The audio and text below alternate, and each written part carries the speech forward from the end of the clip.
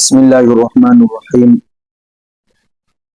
آج کل جو معاشرے میں جو حالات چل رہے ہیں، چوری کے حوالے سے، ڈاکہ زنی کے حوالے سے،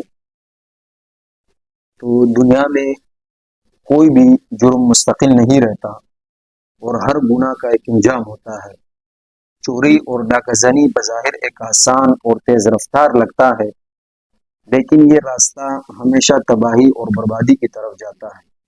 تاریخ گواہ ہے کہ جو لوگ دوسروں کا مال ناحق کھاتے ہیں، ان کی زندگی آخر کار ذلت اور شرمندگی اور پچھتاوے میں گزر جاتی ہے۔ چور اور ڈاکو شاید وقتی طور پر دولت، طاقت، عیش و عشرت حاصل کر لیں، مگر وہ اس حقیقت سے بے خبر ہوتے ہیں کہ یہ سب عارضی ہے۔ وہ دوسروں کے گھروں سے رزق چھین کر سمجھتے ہیں کہ وہ کامیاب ہو گئے، مگر وہ حقیقت میں یہ نہیں جانتے کہ ان کا ہر قدم انہیں اپنے ہی انجام کی طرف دھکیل رہا ہوتا ہے۔ دنیا میں لاکھوں چور اور ڈاکو آئے، مگر تاریخ نے کسی کو اچھے الفاظ میں یاد نہیں رکھا۔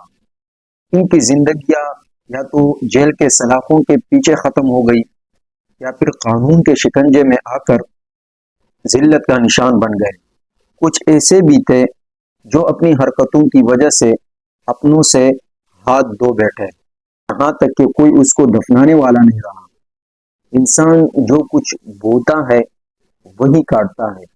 جس نے دوسروں کے گھروں میں اندھیرا کیا، اس کا اپنا گھر بھی کبھی روشن نہ رہ سکا۔ جو دوسروں کے بچوں سے روٹی کھینچتا ہے، اس کے اپنے بچے بھوک کی آگ میں جلتے ہیں۔